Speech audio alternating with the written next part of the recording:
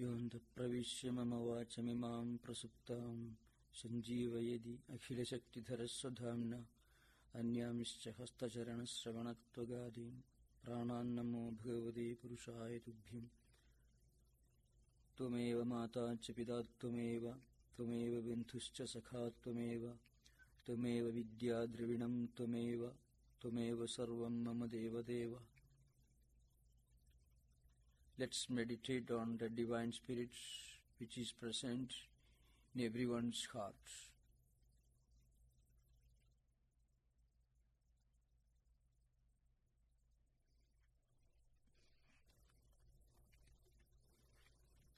Om Sahana Vavadu Sahanau Bhunaktu Sahaviryam Karavavahe Tejasvinavadhitamastu ma vidvishavahe. Om Shanti Shanti Shanti. Harihi Om.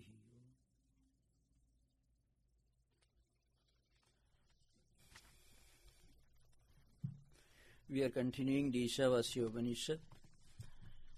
First Shanti Mantra, the peace invocation. Om Purnamada Purnamidam Purnat Purnamudachyate Purnasya Purnamadaya Purnameva Avashishyate. Om Shanti Shanti Shanti. The invisible is the infinite. The visible too is the infinite. From the infinite, the visible universe of infinite extension has come out. The infinite remains the same, even though the infinite universe has come out of it. Om, peace, peace, peace.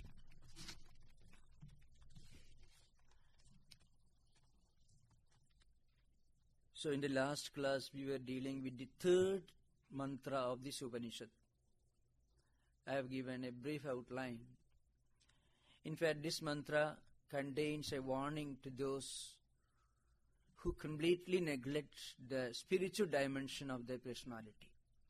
Asurya namate lokaha anthena tamasavrtaha tamste pretya abhigachanti yekecha atmahano janaha. People who completely forget or neglect the spiritual dimension of their personality are called atmahana, which literally means somebody who kills the Atman. Atman could mean the infinite soul and also oneself. Means they destroy themselves. Those who think that they are nothing more than the body and mind. And those who are completely ignorant of the spiritual dimension of the personality, they lose the spiritual world and they get lost in the material world. That's the meaning. So self-destruction means getting lost in the material world. Shankaracharya gives a very graphic description of how this happens to common people, to ignorant people, in a very well-known verse in the Vivekananda. It is called the crust jewel of discrimination. Discrimination here means wisdom. So let's say the crust jewel of wisdom. There is a famous verse in the Vivekananda. Shabdadibhi panchabhireva pancha panjatta muapussa gunena baddhaha kuranga madanga padanga meenaha bhringa nara panchabhiranchitakim. This is the mantra. I shall translate it in English. Shankaracharya gives a graphic description of how different creatures get caught and lose their life, and compares their plight to that of a man, an ignorant man, a man who doesn't care for spiritual realization. It's a very graphic description. He gives the example of 5 types of creatures.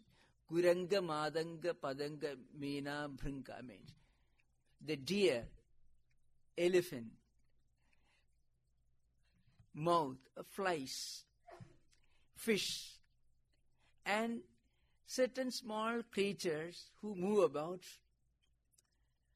from one place to another, going in search of flower plants to drink honey.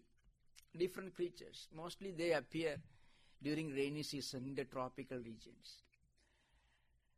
Now, Shankaracharya says that each of these creatures loses its life because its mind, it is dragged into the outside world by one sensory perception, by one of the senses.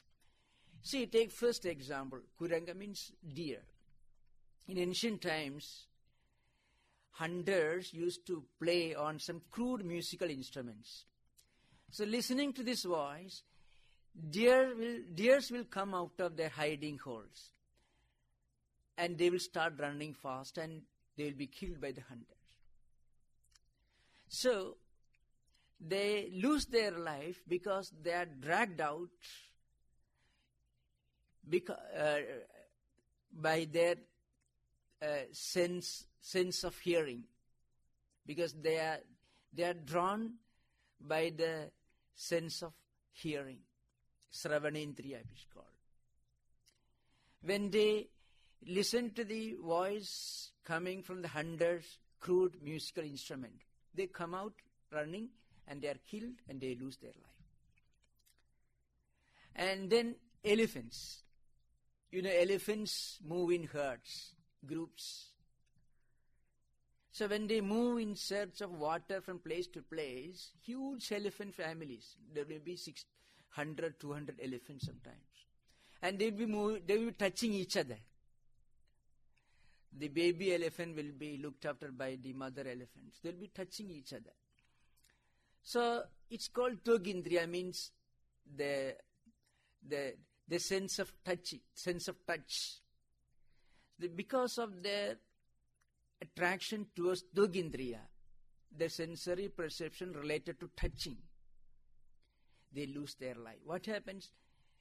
Generally, those who catch elephants will dig huge pits, and elephants will lose their way and they get caught because they will be trapped and they will fall in that pits and they will be caught, tamed, or maybe killed.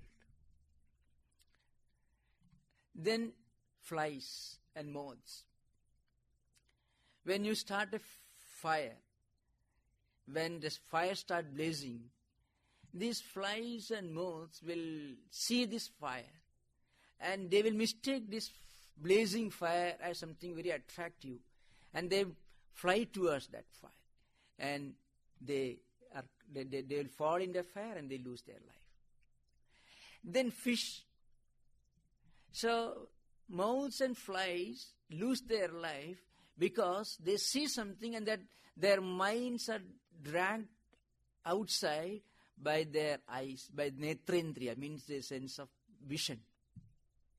So sense of hearing, sense of touch, and sense of vision. Fourth one is sense of taste. Now, how fish, I don't know much about it from a practical point of view, but those who have got fishing as their hobby may know very well. Fishing rod, there will be a hook attached to a fishing rod, and there will be something which will attract the fish, maybe the smell, something attached to the hook, and the fish will be drawn towards it, and then the fish will lose. Fish may be caught and they lose their life. So they lose their life because their minds are dragged outside by their sense of taste. And last, some creatures which are normally found during rainy season in the tropical countries. They move from one flower plant to another flower plant in search of honey. At that time, some other bigger creatures will come and catch them and they will be killed. So, these 5 senses of perception, the sense of hearing, the sense of touch, the sense of vision, the sense of taste, and the sense of smell. these five senses drag their mind to the outside world and they lose their life. Then Shankaracharya says, Nara panjabhiranchita kim. Naranam vishekim vaktavyam. That is the commentary by Sringeri Shankaracharya. When Sringeri Shankaracharya has written a famous commentary on Vivekananda. What to speak of the plight of man? See, men are drawn towards the outside world simultaneously by all the five senses. Because all these five senses are active in the case of an ordinary man. Simultaneously, mind is drawn towards different objects of hearing, vision, taste, smell and touch. Now, what to speak of man? So, this is the plight of man. Then what happens? No, okay. Man loses his awareness of spiritual reality. And such people are called Atmahana. Now, how can an individual slowly grow from this level of sensory world, sensory perception to a higher level of spiritual consciousness? As mentioned in the 6th and 7th mantra, you already mentioned, Yastu sarvani bhudani atmani eva anupashyati sarva bhudastu cha atmanam tato na vijugupsati. This shows the ethical dimension of Advaita philosophy.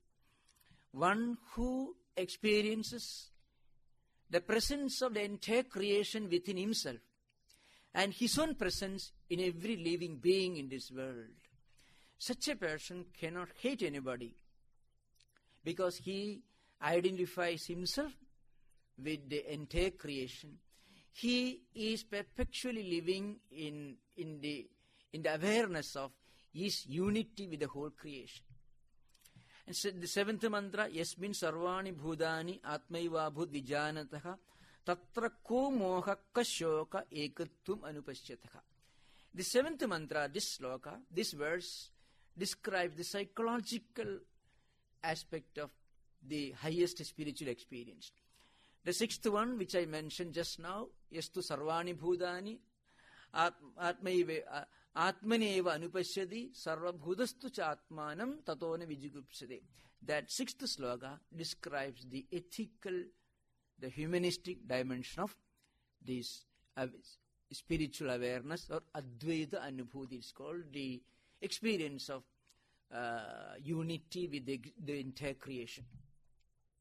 Now the question arises, how can an ordinary man living this world, whose mind is dragged the outside world towards sensory objects, by all the five senses of perception simultaneously, how can such a man evolve to a higher level of spiritual consciousness? This question arises. This question is dealt with very elaborately in a very graphic style in the form of a dialogue in another important work, that Bhagavata Purana. It is the most important and most philosophical of the Puranic literature. There you can get a clear picture of the gradual evolution of a primitive man with primitive consciousness to a higher level of spiritual consciousness. It comes in the form of a dialogue.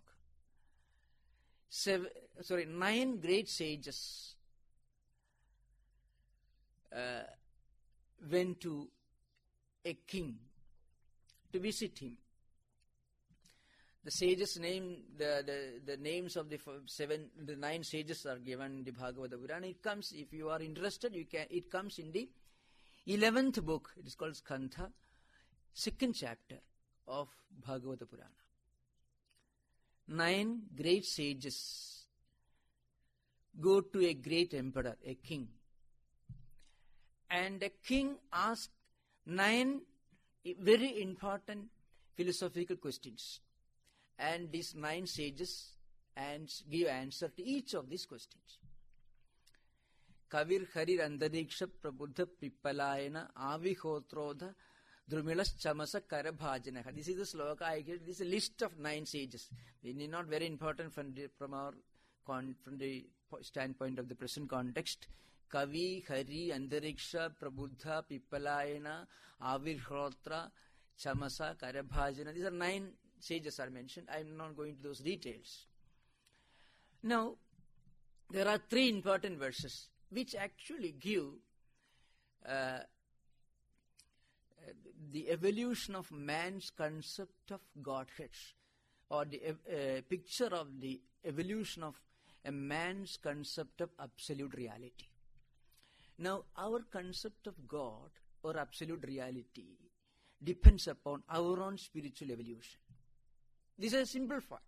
See, a primitive man believes that God is somebody who stands outside, very cruel, uncompromising, like a drill sergeant with a rod in his hand, ready to punish his creation, sending humanity either to hell or heaven, depending upon their actions. Now, this concept is not wrong according to Vedanta. Vedanta doesn't negate any concept. Vedanta only, Upanishads only tell you that there is a higher concept of absolute reality. So what I said was this, that is, our idea of God is practically our own creation. It doesn't mean that we create God. Our understanding of God depends upon our own spiritual or cultural or intellectual evolution. The 3 verses in Bhagavata Purana gives, in a descending order, 3 levels of man's concept of absolute reality. First sloka gives a picture of how a highly evolved spiritual person looks upon God as present in every living being, and he himself being present in God. That's the concept. And then there are those who are not so highly evolved. Spiritually, they are not so highly evolved. But they have faith in God. They go to temples. They go to churches. They go to different places of worship. But then they are not able to see unity between God and His creation. Then at the last category, there are those who are primitive-minded. They believe, well, if I go to a place of worship, maybe temple, church, or mosque, whatever may be, then God is pleased. I can go and pray to God, and there ends the matter. It's a kind of contract. And then we can do whatever we want.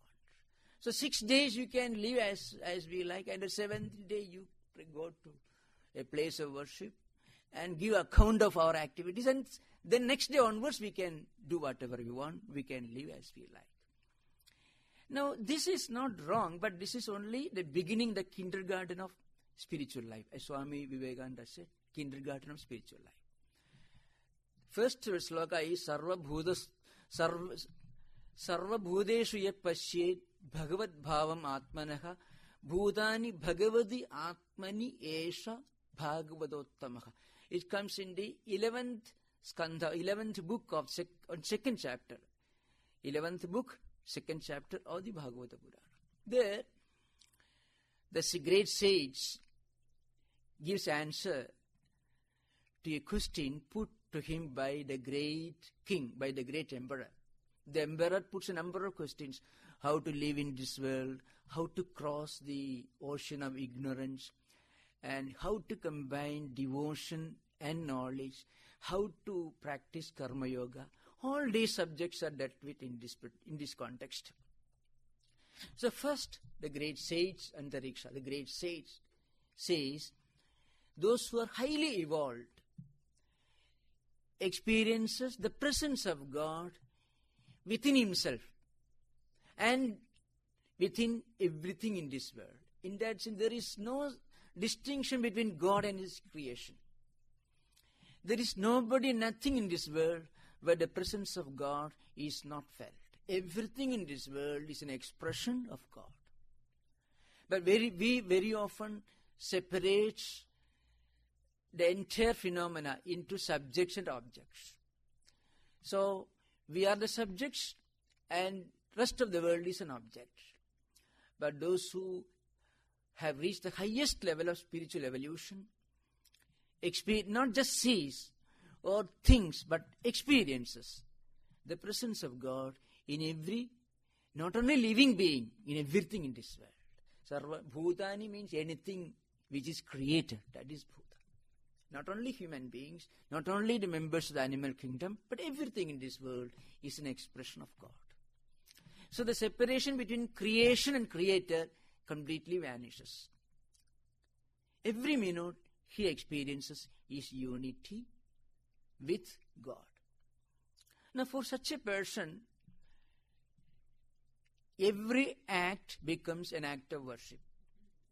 Every moment becomes an experience of the presence of God. The distinction between formal and informal religion vanishes. Every minute of existence becomes an experience of his unity with God. This is the experience of those who have reached the highest level of spiritual realization. But this is not possible for all. And this experience is implied in the 6th and 7th verse of Ishavasya Upanishad, giving an idea of its psychological and ethical dimension. And what about those who have not reached this level of spiritual evolution? This is the highest level. Maybe a Buddha or a Shankaracharya or a Sri Ramakrishna or a Christ or a Vivekananda, many of the great mystics may have reached this level of experience. But there are those who have not reached this level of experience. What about them? Their spiritual experience is described in a very beautiful verse in the same context. In the next verse, Ishare tad adhineshu baliseshu dishutsucha prema maitri kripa upeksha yakkaroti samadhyamaha. This is the sloka. I shall explain in English. Now, what about those who have not reached the highest level of spiritual evolution? They have to follow certain rules and regulations. They have to follow certain do's and don'ts. You can't mix with everybody. See, a Christ or a Buddha or a Sri Ramakrishna can deal with the worst sinners of the world. Sri Ramakrishna could convert Girishandra Ghosh. Shankaracharya could convert Todakacharya. Buddha could convert, there is a story of a great robber, Angulimala, whom Buddha converted into a great saint. And Jesus Christ. And many of the great spiritual personalities who experienced this unity of existence could convert even sinners, even downtrodden people, into saints and sages. But if an ordinary man goes about trying to convert others, he will be converted rather. If without and before reaching this level of spiritual unity, if we try to convert other people, if we get, if you mix freely with robbers or thieves, slowly we find, well, stealing is not absolutely wrong. If it maybe there is a pressing need, nothing wrong in stealing. Slowly our own mind will change and the thief or robber will convert us into his line of thinking. This danger is implied in this sloka. Ishwari tad adhineshu baliseshu dishutsucha prema maitri kripa upeksha. Now, towards God, we must have pure devotion, prema. And towards those who are devotees of God, we must have an attitude of friendliness. And towards those who are not aware of the existence of God, who are ignorant of any spiritual values, we must have an attitude of sympathy. We should not hate them.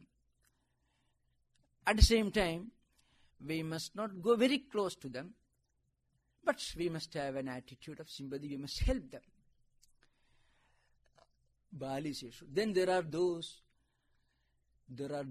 who hate God, who speak against spiritual values, who will tell you, well, nothing wrong, no need to go to any temple, church or place of worship, no need to read any religious scripture.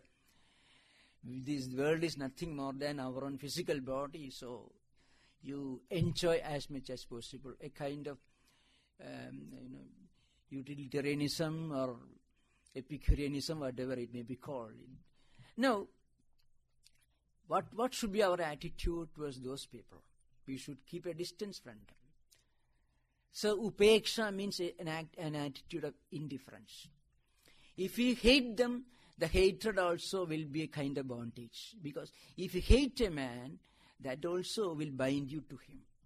If you go very close to them, to undesirable, if you mix very freely with undesirable people, then their mind will influence our mind. That will lead to spiritual self-destruction.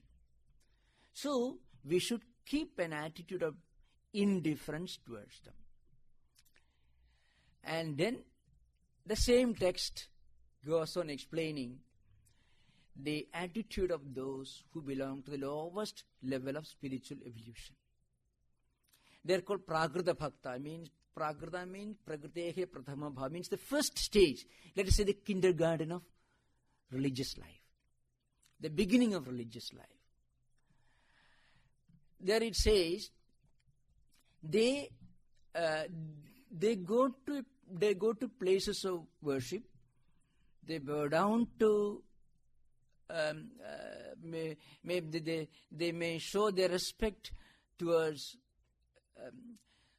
spiritual personalities outwardly, or as ritual, mechanically they may go to a place of worship. External rituals they may perform. But at the same time, coming out of the place of worship, they will hate everybody else. So you cannot simultaneously love God and hate His creation. It is not possible. But then, we don't condemn them.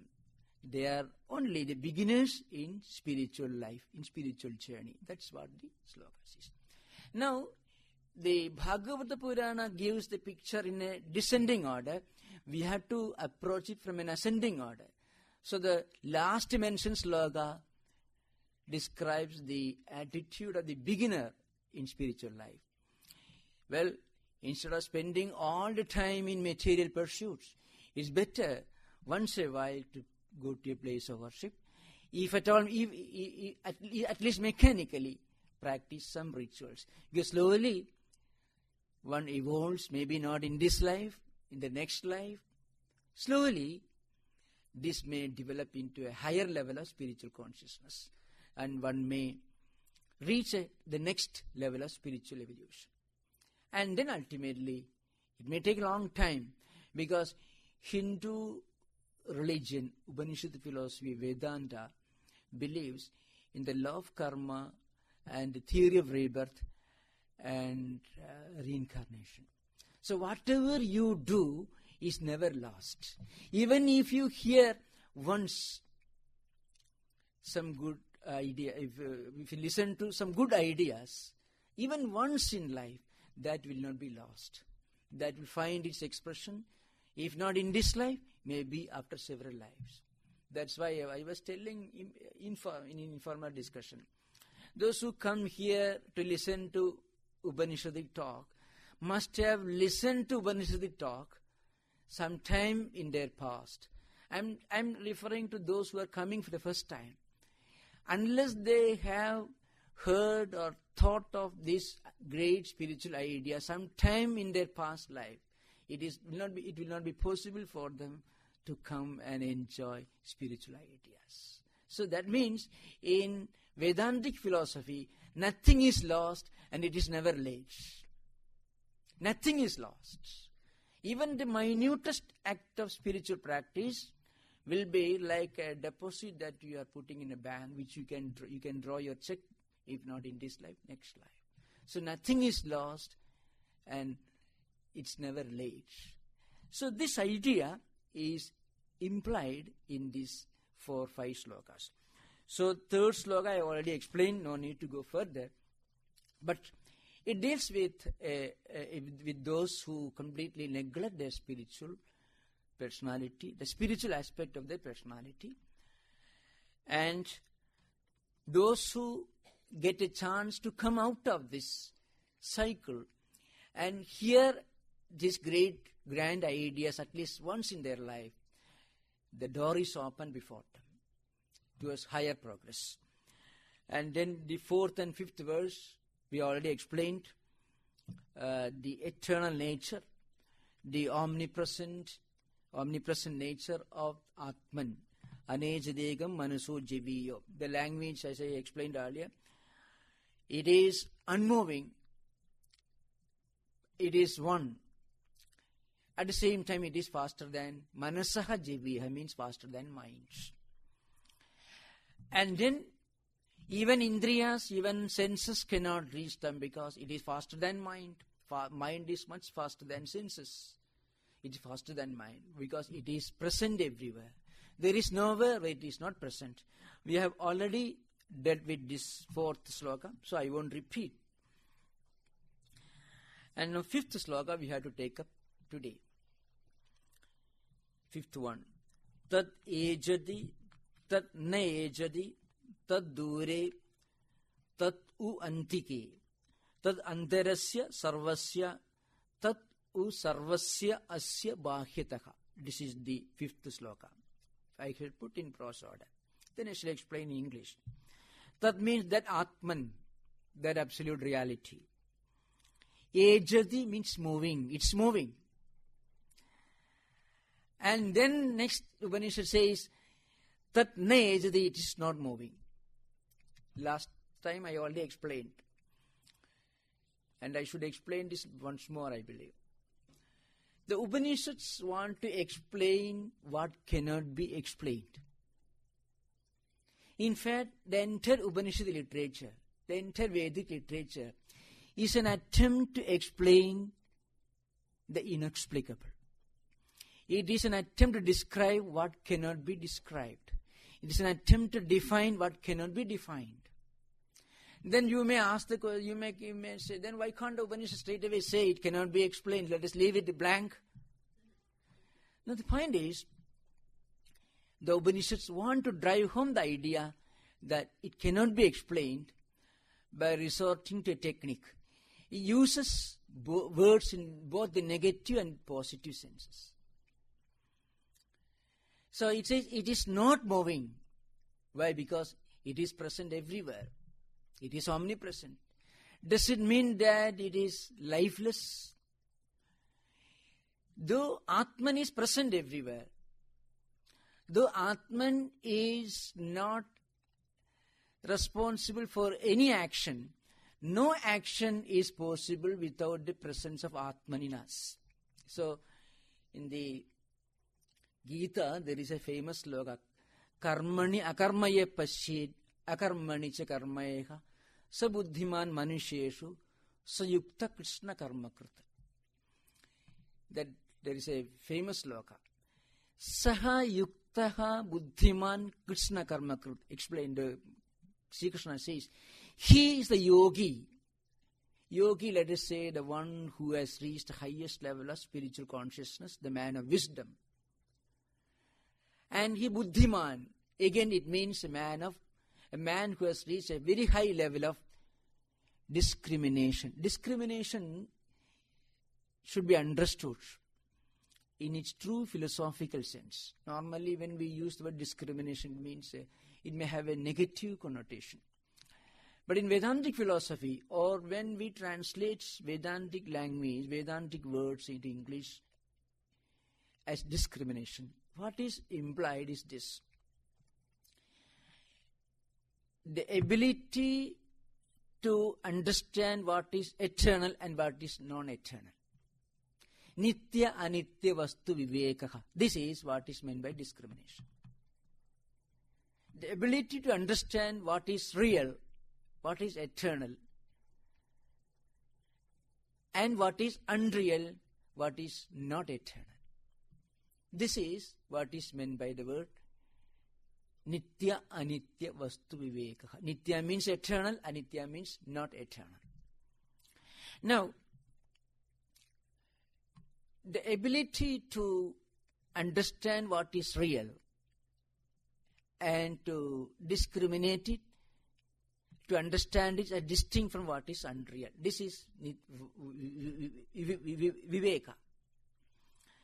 Now, the Upanishads want to tell you that this reality cannot be explained. But instead of saying that it cannot be explained, the Upanishad, the Vedic seers, used one technique. They used words in the both negative and positive sense. So you find Upanishad, astulam, ananu, akraswam, adirgham. You find such terms you find. That reality is not gross. It is not subtle. It is not long. It is not short. It is not internal. It is not external. Then what is it?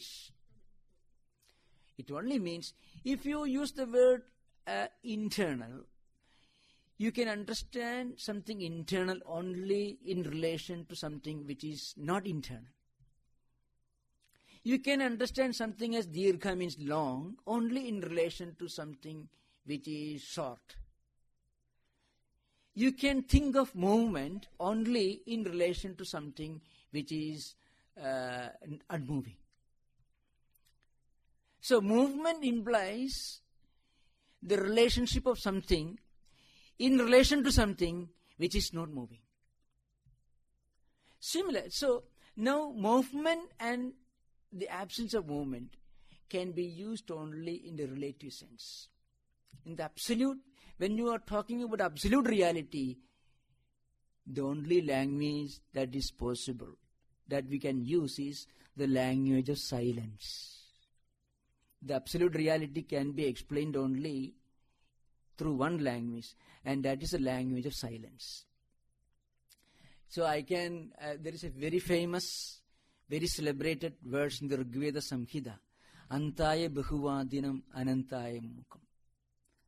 Means the language of the finite is verbosity. The language of the infinite is silence. So, Antaya Bahuvadinam. If it is something relative, something which can be described, which can be defined, which can be explained, which can be put within the superstructure, the framework of a definition, you can write volumes, you can write books, you can give talks. But if it is something which is beyond words, there is only one language that can be used, and that is the language of silence. So, Antaya Bahuvadinam, Anantaya Mukam. Then the question arises, I already dealt with subjects. What about this Upanishad, the Shastra, etc.? Why should we discuss? Why should we read? We are reminded of the reality beyond words by these Upanishads. The Upanishads alone can be bold enough to say, we cannot explain the reality. If a book tells you, well, this book contains the truth, that truth cannot be eternal. That truth can only be relative.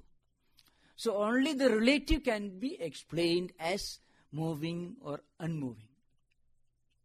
The absolute cannot be explained as either moving or unmoving.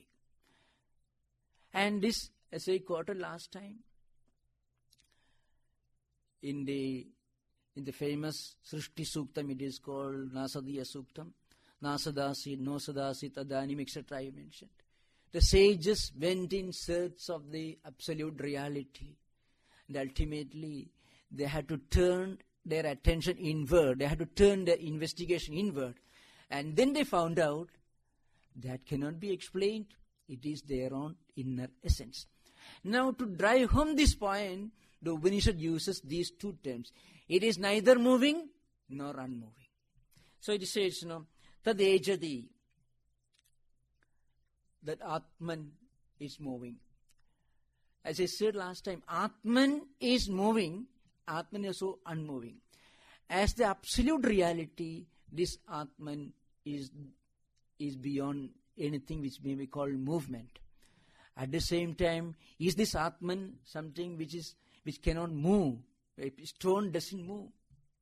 A tree doesn't move unless there is strong wind. Atman is like that. In fact, no less a philosopher than even Aravinda sometimes puts a very, very, if you don't mind, a foolish statement. Shankara's Brahman is inactive like a stone. Aravinda was a great mystic, but there are many unacceptable statements in Aravinda's philosophy. Now, what Shankara means is, what the Upanishads mean is this. In its absolute dimension, this Atman is omnipresent, omnipotent, all-pervasive. Then what about we beings? What about a tree? What about man? Without the presence of Atman, no one can move. At the same time, Atman itself is unmoving. In a relative sense, there can be nothing in this world without Atman being present within them. At the same time, Atman itself is not something which moves from one place to another because it is all-pervasive. So, that idea is put, tad ejati. In the relative sense, everything in this world is Atman. Everything that moves in this world is Atman. Without the presence of the Chaitanyam, the consciousness, the Atman, nothing can exist in this world. It is called, when Atman is present, it is called dead body. It is in Sanskrit called Shava. When Atman is present, it is called Shiva. Means Shiva is that which has got consciousness.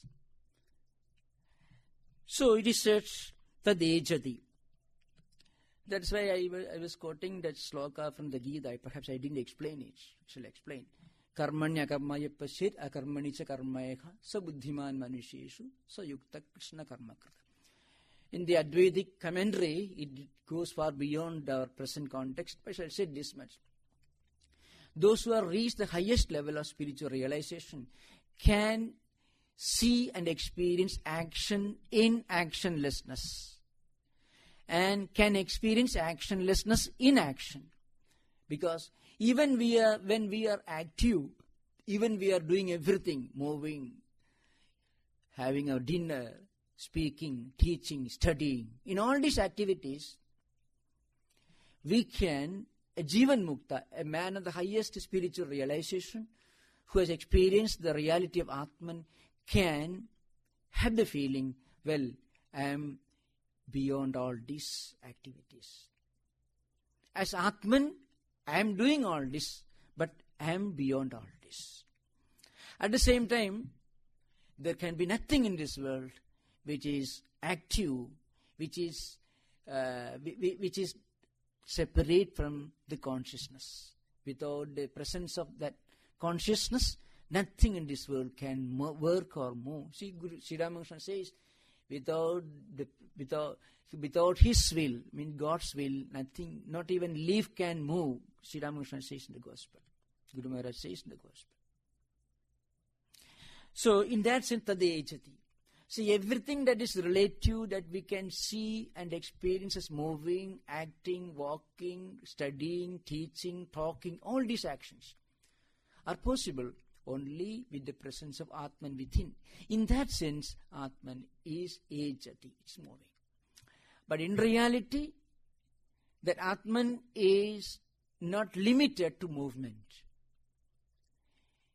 Atman is not confined to movement. Till movement doesn't limit Atman. In that sense, it is a na ejati. So, tad ejati, tad na ejati. Atman moves, Atman doesn't move. In the relative sense, everything in this world, every action is possible only with the presence of Atman behind. At the same time, this action doesn't limit Atman. Atman is beyond both. So, tad na ejati. Tadure tadu antike. It is far, far away. At the same time, it is close. Now, for a rank materialist who believes that eating and drinking and living at the physical level is not all that's meant by life, there is nothing beyond this. For him, Atman is far, far away. Because for him, Brahma Mithya Jagat Satyam. Because he is living in the relative present. Whatever he sees, whatever he smells, whatever he tastes, whatever he hears, whatever he touches, whatever he perceives through his 5 senses, these objects alone are real. For such a man, Atman is far away, means it is far remote from him. But at the same time, for the man of wisdom, for the man of enlightenment, he realizes Atman as his own inner essence. Yat Sakshat Aparokshat Brahma in the Brihadaranyaka means. For a man of enlightenment, for a man of wisdom, Atman is nearest to him. Because he himself is an expression of the divine spirit. Atman is not something which comes from outside. Atman is not something which is created, which is manufactured, which is of course this is very important in this context. In the Vedantic text, the Advaitic text, Shankaracharya explains the reality is something or anything, not only anything which can be called real, which can be called eternal, which can be called nityam, should satisfy 3 conditions. If you want to explain anything as real, the capital letter R, eternal, capital letter E, should satisfy 3 conditions. 1, it should not have come into existence anywhere in the time frame. It should not be something which comes into existence sometime in the past and vanishes sometime in the future, and therefore exists between the present and past.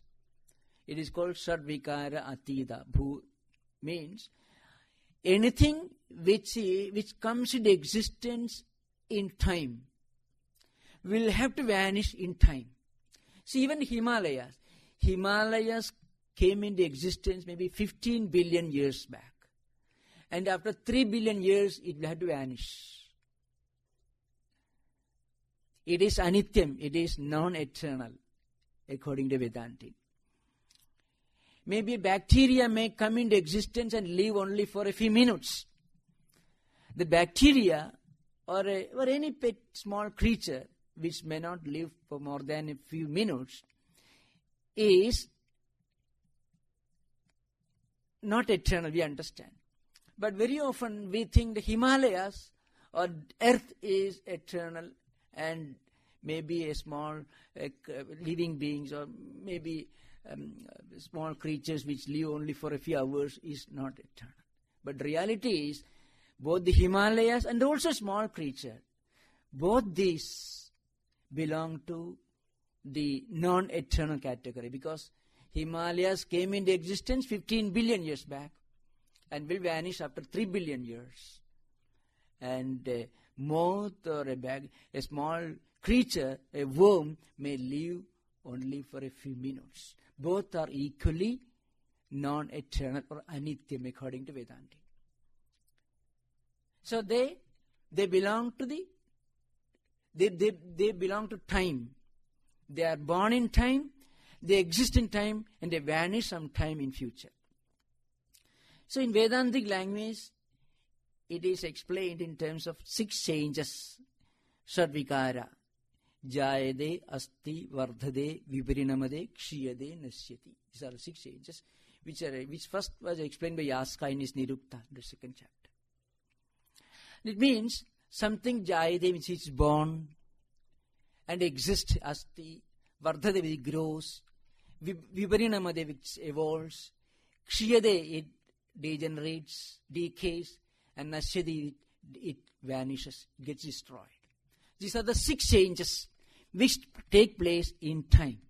And anything which undergoes any of these 6 changes, and anything which comes into existence sometime in the past, exists for some time in the present, and vanishes sometime in future, is non-eternal.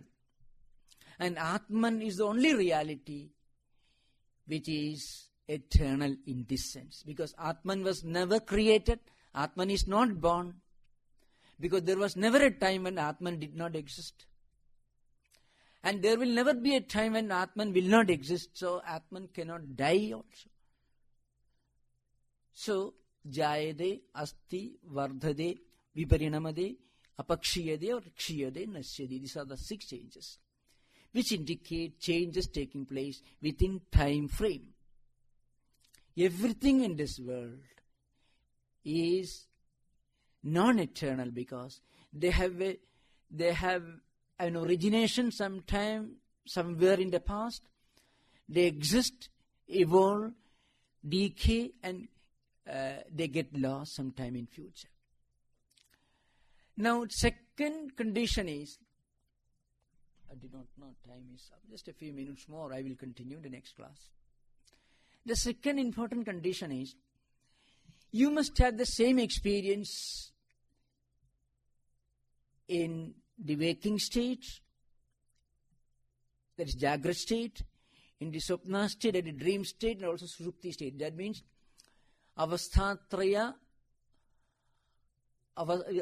it should be Avasthatraya Abhadhita, means it should remain unchanging, without any change in waking state, in dream state, and in deep sleep state. We know very well what we experience in waking state is different from what we experience in dream state. And in deep sleep state, we don't have any of these experiences. Vedanta, especially Mandukya Kariga and other Upanishads, and Brihadaranyaka and Chandogya, all these Upanishads, give elaborate description of this, is called Avasthatraya Vichara, it is called. So the absolute reality should remain unchanging in all the 3 states. I shall give a brief explanation, then I will stop and continue next class. Normally, what we experience in dream has got some relationship with what we experience in waking state. We cannot have an experience in dream which is completely different, which is completely unrelated to what we experience in waking state. But it cannot be a repetition of the same. Because in waking state, it takes 24 hours minimum to reach India. But in dream state, it takes only a split second. So there is the difference with regard to time. You go to sleep here in San Francisco, but in dream you may dream that you are reached somewhere in New York. So there is also distinction with regard to place. So there is Kala Bheda and Sthala Bheda. And again, in waking state, we experience everything in a gross manner. Means, in waking experiences, both our mind and also 5 senses are involved. We see something when our mind and eyes join together. Then only we can perceive something by seeing. When our ears and mind come together, then we come to know something by hearing the sound. If our mind is not there, sound waves may be falling in our ears, but we won't understand. We won't be aware of its existence. So both mind and ears, like that, 5 senses and mind should come together. Then only we can perceive. So also, sense of touch, sense of taste, sense of all these 5 senses, and mind should combine, should join together. Then only we can have an experience of perception in waking state. But in dream state, it's not need, because you are sleeping, your eyes are closed, but you will feel yourself walking in the streets of San Francisco under hot sun. So where does the light come from? The light comes from within your own antakara. And what about the eyes? So eyes are present, mind is present, everything is present, but only at the subtle stage, not in the gross manner. You must have walked under the hot sun in San Francisco. That memory is retained in antakarana, we call, in mind, and that projects, and it comes to the surface in dream, and then this experience is repeated, but not exactly in the same manner. In waking state, you will have this experience in a very gross manner. In dream state, the experience will be very subtle, where your indriyas are not involved because your eyes are closed. And it's pitch darkness everywhere. But you are watching a vehicle, a bus coming from the opposite direction. But you are seeing it. But it is not a physical eye. And what happens? Your mind throws this experience back, and in a subtle manner, the experience of waking state is repeated. So these three distinctions are there. Now, and this distinction is common with regard to all experiences related to non-eternal phenomena. But Atman is present in all these three states. Atman is present without any change. Atman is present during the waking state, it is present during the dream state, and it is also present during the deep sleep state, but we are not aware of its presence while experiencing it. Vedanta says that you are convinced, or you become aware of the presence of Atman in deep sleep state when you come out of dream. When you come out of deep sleep state, then you feel you had a wonderful sleep. That memory is possible only because Atman was present even in deep sleep state. Now, Vedanta says that Atman is the only reality which is present in all the three states without any change. So I think I have already exceeded my allotted time. And before concluding, there is an announcement, and then I will conclude. We will not have class next Friday, February 24, because of Sri Ramakrishna's birthday, celebration the next day. The next class will be on Friday, March 2nd. There will be a change in format. A small change. The class will begin at 7:30 evening with a 20 minutes meditation. From March 2nd onwards, March 2nd, Friday onwards, our class will begin at 7:30 with a 20 minutes meditation.